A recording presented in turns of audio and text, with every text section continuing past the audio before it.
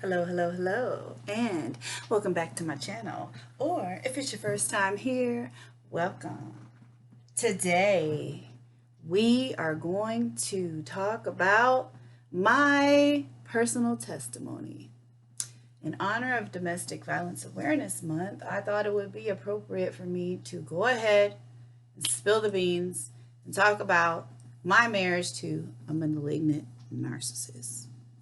Now, I'm going to tell you, this is not going to be easy for me because it's not something I'm really proud of. And it's not something I really want to relive. But I thought that by sharing my testimony, it might be beneficial for others because I know there's countless people out there that are in a situation, they're married, they're living with their mate or whatever the case is, and they feel like, first of all, they got blindsided. Second of all, they don't know how they're going to get out of the situation that they got in. And they're trauma bonded and, their head's spinning. They don't know up from down. And every day's different. And it's like a roller coaster. And they just don't know what's happening. And again, they just don't know that there's a light at the end of the tunnel. So I thought maybe by sharing my testimony, I can let people know they're not alone. This is happening to other people around the globe, because malignant narcissism and narcissism in general is a disease that afflicts all races, genders, religions. Um, it's just, it's just a disease that's more common than we think because narcissists don't go to the doctor to get diagnosed. Their victims do. So you just never know where you're going to stumble across one, and they tend to be abusive. In my case, malignant narcissist is the worst kind that you can ever come across because they tend to be violent. And mine was. Okay. So let's get into it. Over 10 years ago, I went to the park with my friend, and we were minding our own business in our workout clothes, and we were sweating and working out. And I came across what I thought to be my soulmate. I just thought it was meant to be because, oh my gosh, here is this fine man who meets all my required physical specifications. Just kind of dropped out of the sky and in my path, and we connected and we started talking, exchanged numbers. Next thing you know, just to kind of accelerate the story a little bit, when I left the park, boom, text messages instantly flooding my phone. So there's no guessing whether or not this man was interested. He was definitely interested. As a matter of fact, we made arrangements to meet that very night. So, we met up that very night. Oh my gosh, he looked so good. He dressed, in a way that I just love. I mean, he had on a suit jacket. He didn't look like a bum. I was so stuck on the physical aspects, right? We talked all night. We had a good time. We met up at a club. I don't know if that was the best place to initially meet up with someone. But that's what we did, but we were off to ourselves, talking, chatting, sharing ideas, dreams, visions, goals. And they seemed to align with each other. Well, I didn't know anything about narcissism and the fact that they like to mirror you. No, I didn't know anything about that. Let's just go ahead and lay it on the table. Back then, I didn't know anything about narcissism. A narcissist to me was someone who liked to look in the mirror all day and liked to be the center of attention. I did not know the strategies and plans of a narcissist and the mind of a narcissist and the relationship patterns of a narcissist. I didn't know any of that. So I didn't know anything about mirroring, or don't say too much when you meet a guy because he might take what you're saying, turn it around, and act like he's interested in the same thing to get you hooked in. No, I didn't understand any of that. So I'm just, vibing. In my mind, we're vibing. We're on the same page. Ooh, I like this guy. I like him. Okay, so next day, going out to dinner. Went to a Mexican restaurant. Oh my gosh, this guy wants to see me every day. There's no guessing if he's interested or not. You know, he's applying the pressure. And they say if a man's interested in you, he's going to let you know. Well, there was no guessing. There was no guessing if he was interested or not. If he was applying that pressure for court. You know what I'm saying? You know, and a woman likes that. A woman likes that, right? She's getting all this attention. You know, she doesn't have to guess what's on his mind. He's texting her nonstop, calling, acting like they have so much in common. You know, treating. He's treating, which was important to me. I just feel like you should treat. If you're trying to court a woman, a high value woman, which I felt I was a high value woman. I had my life together. I had myself together. I was a career woman. I could afford my own food. I didn't need to use a man for anything, but I appreciated being valued, right? So he was checking all the boxes, Oh my gosh. You know, maybe a day went by and then the next day we're going on another date. And then another day went by, you know, weekday. And then the next day we're going on another date. So that trajectory continued. We went to the casino. He took his winnings and gave them to me. Here, put some groceries in your house for your kids. He knew I was a single mother. I wasn't used to anybody doing that for me. I mean, I had money to buy my own groceries, but it was the gesture that was kind, you know, and I thought, wow, he's different. And I took it. I did. You know, and I would make him dinners and show my appreciation, and that just gave him a foothold into my home because I'd invite him over. Hey, you know, he bought some groceries with his gambling winnings, which was a red flag, but I didn't see it that way back then. Hey, come over. I cooked up some food, and let me cook for you. So then that started. Anyway, next thing you know, he's coming over all the time. We're hanging out, going out together every single weekend. We're inseparable. Next thing you know, the relationship progressed. I mean, I'm being love bombed to death. Nothing is telling me that this man's evil. He's still checking the boxes. He's flooding me with, I love you. I didn't think it was too soon. I kind of did. But I thought, oh, maybe this is my soulmate that I found at the park. I mean, who meets at the park? That was just meant to be, right? I mean, it's just so out of the ordinary. So I thought. So anyway, a few months down the line, he wants to propose.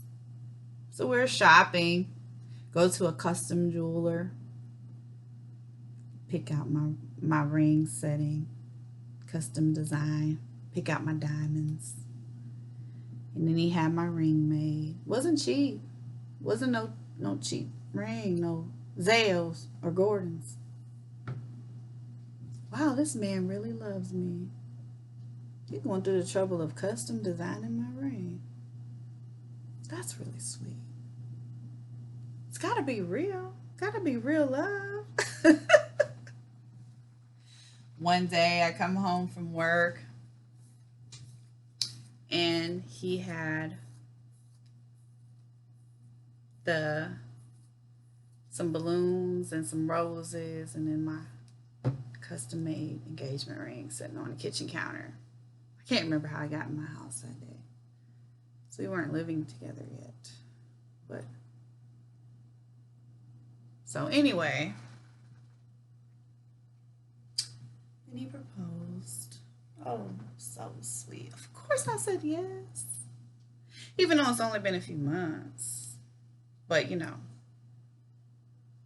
This man loves me. It's meant to be. He's my soulmate. I met him at the park. This is like something out of a movie. I'm romanticizing it in my head, right?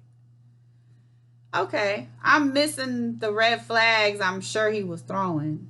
I'm missing them, you know. But when I look back, the gambling was a red flag. The love bombing was a red flag. But I didn't know anything about love bombing then.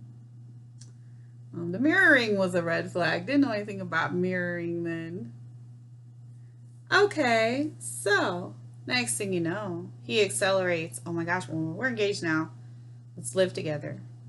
He needs to put the pressure. Let's go ahead and just live together. We're going to get married anyway in a few months. Okay, well, I've never had anyone live with me that I'm not married to. You know, the only other person I've lived with is my first husband. He had his own issues, but he wasn't a narcissist. So I never dealt with a narcissist before. Didn't understand the techniques. I'm like, okay. So I let him move in. All right. He's living there.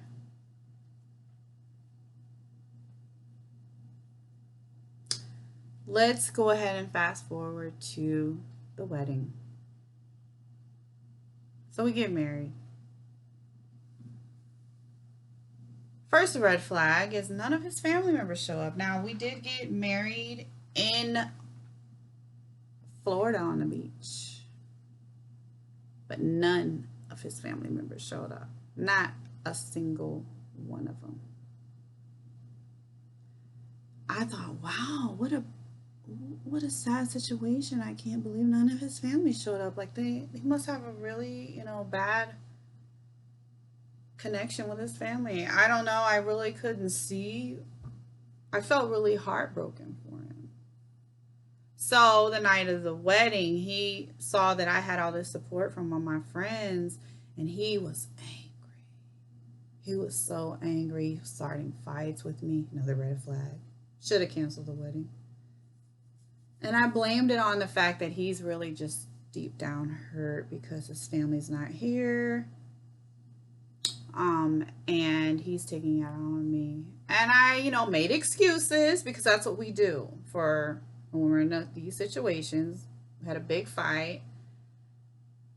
I later found out that night of our wedding, he wasn't really mad because he had no family members at our wedding. He was mad because he was fighting his mistress that he had the whole time we were engaged, was mad at him because she found out he was down in Florida getting married, and she was calling him, and they were fighting. That was the real reason why he was mad, taking it out on me. But I made excuses for him, and, that's what we do when we're involved with an abuser. We make excuses, and that's what I was doing. But anyway, that was another red flag. He was fighting with his mistress the night of our wedding. Nice. But, we went ahead and went through with everything. We had all my friends there from all over. They flew down to support me. Thank you, friends. Love you. If you're still friends with me, because I took you on a roller coaster ride with that marriage from hell. So, next. I can't tell every single day of this marriage. I mean, it was just a roller coaster ride, but what ended up happening is the situation started declining pretty rapidly. I went to go do our taxes. Let's back up. One time we were at his aunt's house. His whole family was there. And this is after we were married, so situation on lockdown now. I made the decision, made the leap, because he loved mommy and rushed me into marriage. Because they apply that pressure, honey. Narcissists want to get you locked down. So they can have you as a permanent source of supply. That's their strategy. They see you as a good source of supply. Which back then I was, because I was very naive about narcissists. So we were at his aunt's house. His family had gatherings quite often. And I'm sitting on the porch, Mind you, I've always been very independent, never really been like a servant to a man, you know, and that's kind of how I felt like what he was trying to make me be that night. So he asked me in front of all of his male family members. We were sitting on the porch, and he says, "Go in the kitchen and get me a pork chop." And I looked at him. I was like, "We're at your aunt's house. I think you should go in the kitchen and get whatever you need out of there. Like, I don't know your family's kitchen." Now, if we were at my family's house, I would automatically get up and get what you need. But we're at your family's house. Like, you should be offering to get up and get whatever you want and whatever I want, right? Isn't that how hospitality works? I'm not going to just go around your family's house getting stuff out of their kitchen. "Go get me a pork chop." I was like, "No, why don't you go get it? Because we're at your aunt's house." I don't know. I'm not that comfortable. I barely even been around them. They didn't even come to our wedding. And you want me to go in their kitchen digging around for food for you? Well, he was just trying to assert his manhood, beat on his chest. "Get my woman, get me a pork chop." And I said no. That was the hugest blow to his ego that you can ever imagine, because he flipped out on that porch in front of all his male relatives. And I'm just sitting there like a deer in headlights, like, what is happening right now? He went from 0 to 100. It was so bad, I had to I drove a separate car because I got off work late, and he went there before I did. I had to go get in my car and leave. And he chased me home on my bumper, though, all the way home, like a axe murderer would chase you through the woods. Like, I'm thinking, oh my gosh, is he going to kill me because I declined to get him a pork chop in front of his family? Did he have to really assert his manhood? It was so bad. Chased me all the way home. We got home, and there was the most intense, insane fight imaginable. He was just tearing stuff up, threatening me. I had to call his mom and tell her that she needs to come get her son, or I'm going to call the police. I'm going to call the police because I'm feeling very, I feel like my life's at risk. Like, that's how bad he was going off over a pork chop. Those are things that would happen with him. He'd get set off over nothing. There was another situation where he just woke me up in the middle of the night. I don't even know what he was mad about that day, but he just woke me up in the middle of the night and threw beer on me. Beer was all over the wall, all over the curtains, on the wall, on the window, all over the comforter, and all over me. I'm in the middle of sleep. Well, another thing, narcissists like to do is deprive you of sleep, interrupt your sleep, keep you sleep deprived, because that's how they can manipulate and brainwash you if you're not getting all of your sleep. So he would constantly try to keep me from sleeping. And whatever, I don't even know why he did it that day. I can't even tell you. He did things for so many irrational reasons. I mean, they don't have to have an irrational reason to act crazy, right? That's something he did. He's gone off the deep end over having sugar on the counter, or the kids' rooms being a mess. Putting big holes all over the walls. The walls look like Swiss cheese. I went from having a beautiful home that I built from scratch to having looking like somebody with intermittent explosive disorder living there. That's what I thought he had at the time. Like, literally holes everywhere. It was so nuts. Well, anyway, he was at work. We worked opposite schedules. He was at work one day, and I decided to do our taxes. So I'm in the closet, digging through old paperwork. I found some of his previous tax returns. So open up his tax returns because I wanted to get all of his information off there, take it to H&R Block, because back then H&R Block was doing my taxes. And I opened it up and saw 3 kids on there. on his tax returns. Well, I only knew about one. And I'm like, called him at work. Who are these? And I read off the names. He was like, oh, well, one is my daughter and the other one's her sister. Your daughter? What daughter? I only know about one kid who was a baby. Who, by the way, let's tell you this. Her mother forbid him from seeing the baby because he's a psycho. And I found out in divorce court that she had a protection order on him. That's a whole nother story. But now he has another daughter. Didn't know about her. Let me segue that into, I found out from a friend of mine that he also had another kid from a previous relationship that he gave up for adoption. So now we're on 3 kids. I only knew about one. Not only that, he also had a previous wife that he didn't tell me about. I had to find out from someone else. He had another wife. Those are things you can tell someone. Hey, I used to be married before. It didn't work out. I got a divorce. What's the secret? But he was full of secrets. Had a previous wife. Didn't know about her. This man just was full of secrets. So while we're on the subject of secrets, I didn't know that when I met him, he was actually living with his baby's mother and tormenting her. And that's why he was so pressured to find somewhere else to stay, because she was in the process of putting a restraining order on him because he was making her life a living hell. I got a copy of this restraining order during my divorce and read the whole thing. And I'm like, oh, that ties everything together. That's why he was in a rush to find someone new, and why he was pressuring me with all, oh, I met her at the park. Let me hurry up and get her on my hook. Let me hurry up and get it to where I can move in with her. Marry her, whatever I got to do. They'll do whatever they got to do to secure their relationship so they can have somewhere to stay.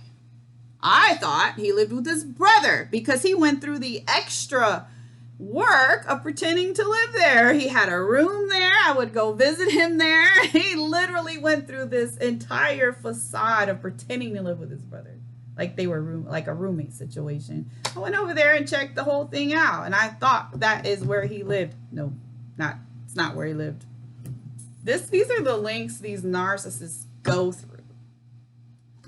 Meanwhile, his whole family thinks I'm a homewrecker that just jumped in the middle of their relationship, disrupted things, and then snatched him from her, which I would never do in a million years. I'm not a disrespectful person. And if I would have known he was involved with his daughter's mother when I met him, I never would have even went on one single date with him.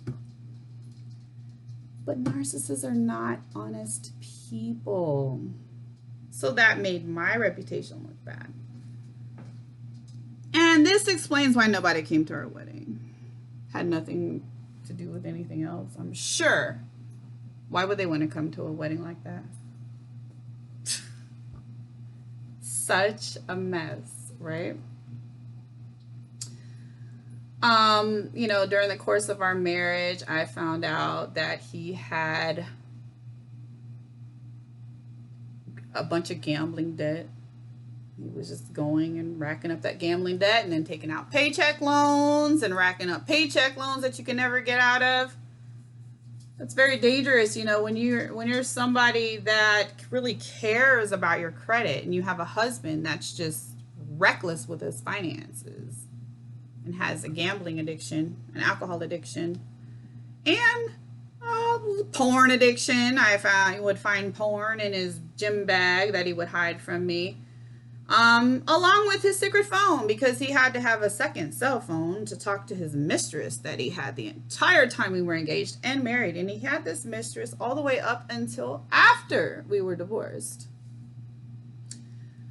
So he was a chronic cheater. Narcissists, not all narcissists cheat, but a lot of them do. And he was one of them. There was not one day of our entire relationship where he was faithful. So it was completely just not even a real relationship. Just absolutely crazy. I will say that after well, let me say this. This man was so crazy, okay? This is the kind of stuff I had to deal with from the crazy man.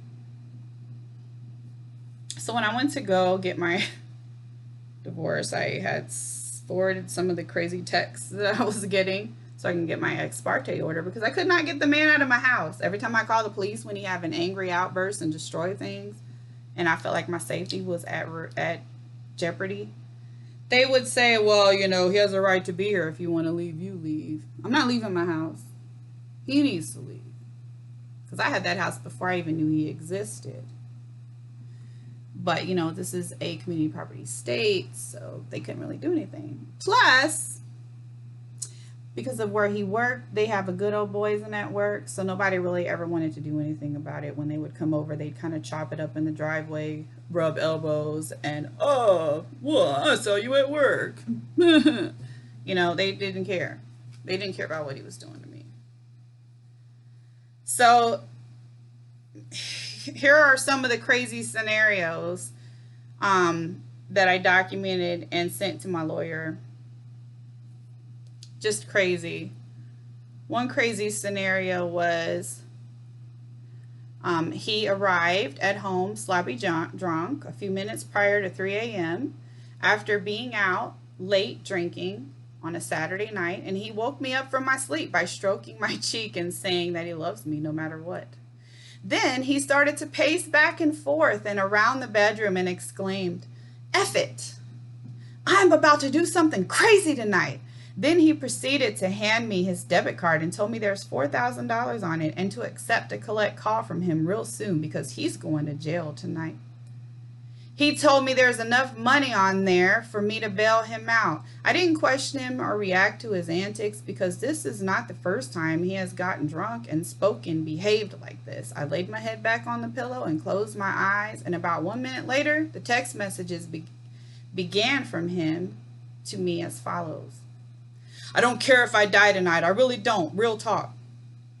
And then I said, "Go to your mother's house. You know, maybe she can help you." He says, "Hell nah. Just know I will always love you." "Please, she's on your side." And then I said, "Go to your mother's house before you do something crazy." And he says, "I'm cool." And I said, "Okay, good night." "I just got pulled over. They let me go. Tell your man to leave." So accusing me of having a man over after you just told me you're going to do something crazy tonight and you leave, get pulled over by the police, and you're accusing me of having a man over there just that fast. Psycho. Completely psycho. This is what I had to deal with. Another situation.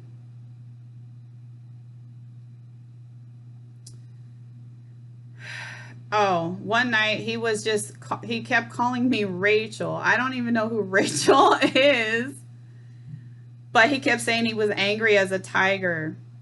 So he says, "Damn, I'm so angry. Damn, I'm so angry. Damn, I'm so angry. Damn, I'm so angry. I never been this mad in my life. I'm not going to do nothing. I'm not dumb. I'm just angry, Rachel.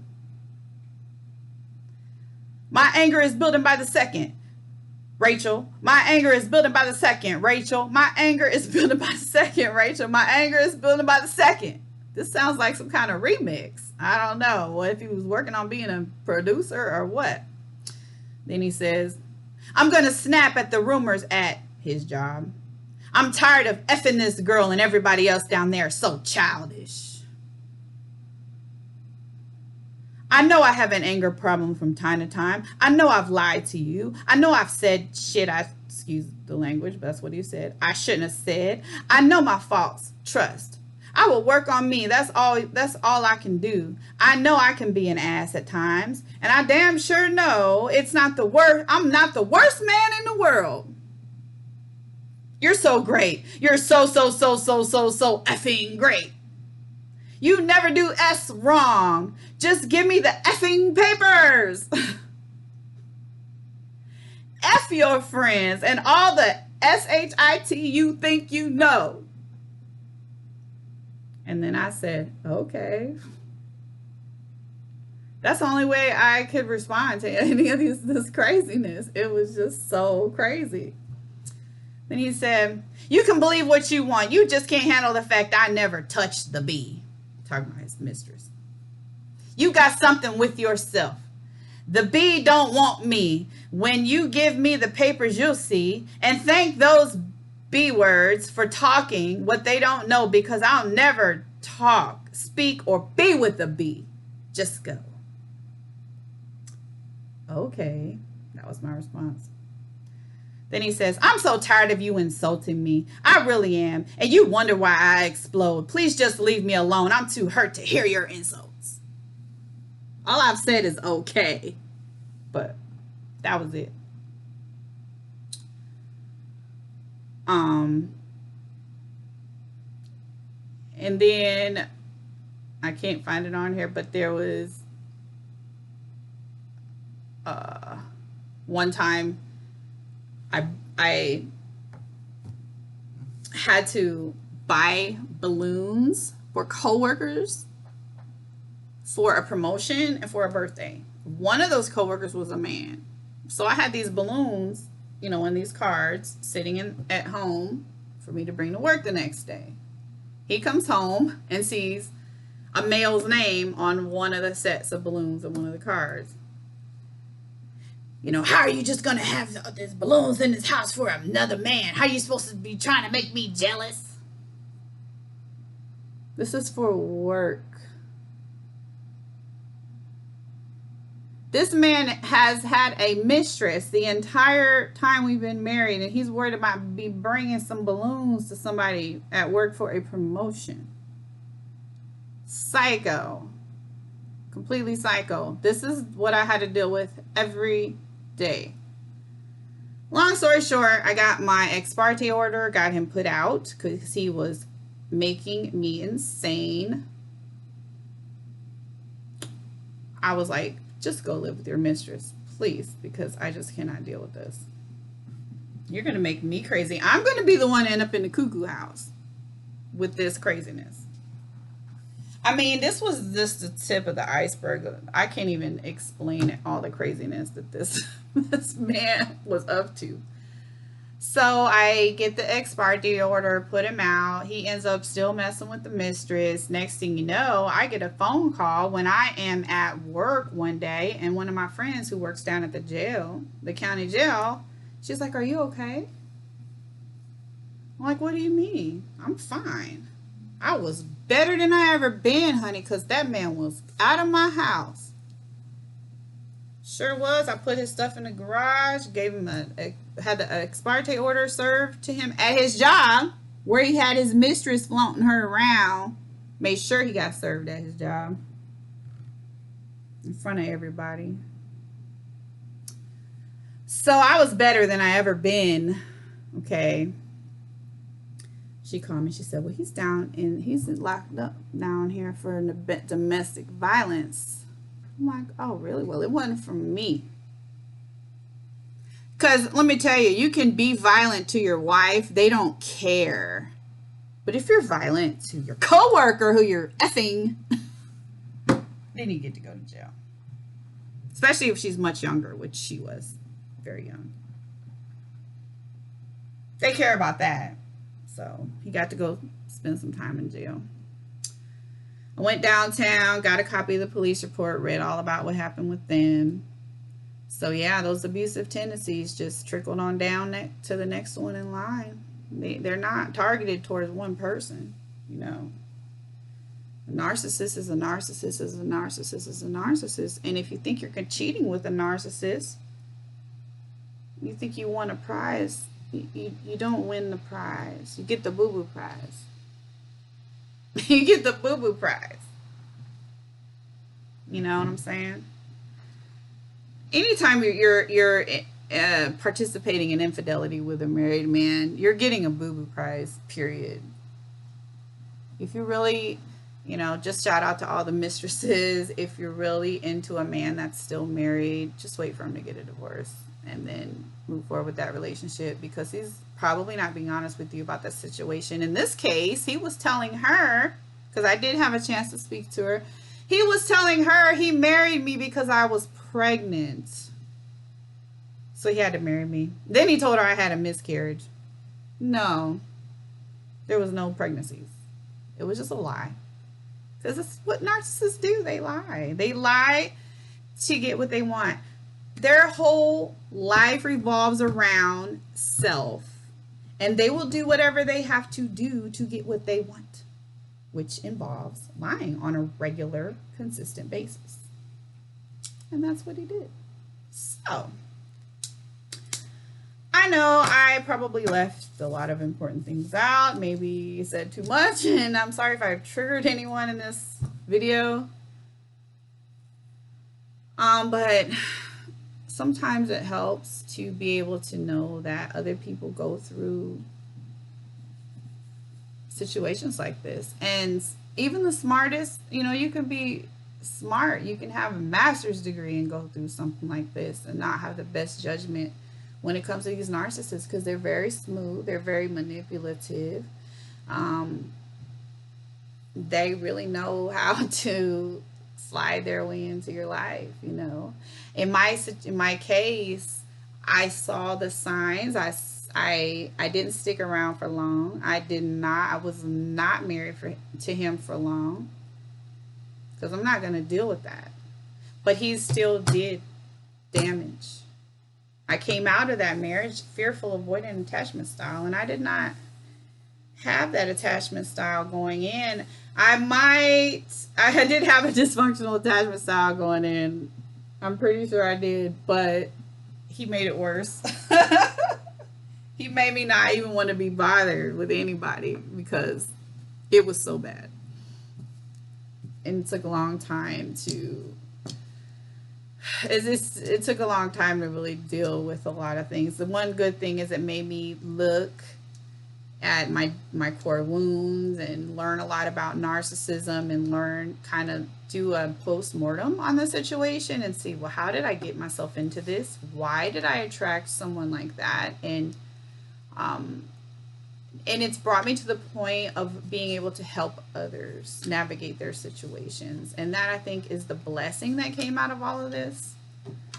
I don't want to see anybody go through this or anything similar. And there are people that are going through situations like this for decades. I want to be able to help people like that empower themselves and ideally avoid situations like this. Really, is really ideally my goal.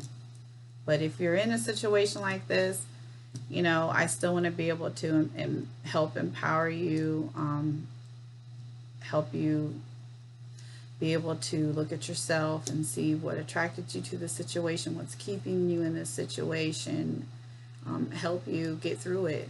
So there are some good things that came out of it. We all have to go through things in life we might not enjoy, but if we can take the good from it, whatever that may be, that's what we need to do. It's kind of like take that lemon and extract the lemon juice out of it and make some bomb lemonade with it. I like lemonade, so that's what I'm doing. Anyway, I hope you guys enjoyed this. Not really enjoyed it, but I hope you could appreciate my testimony. I don't hope you enjoyed it, but you know what I mean. I hope you could appreciate it. And I hope that nobody goes through this. I really do. I hope that this motivates you to learn about the signs, the red flags, learn about the ways of a narcissist, because they're out there and they're plentiful. And really work on any core wounds you have, work on healing any dysfunctional attachment styles, or whatever you need to do to stay out of a situation like this. That's my goal. So thank you for listening. Have a great morning, night, day, whatever time it is that you're looking at this. Be blessed.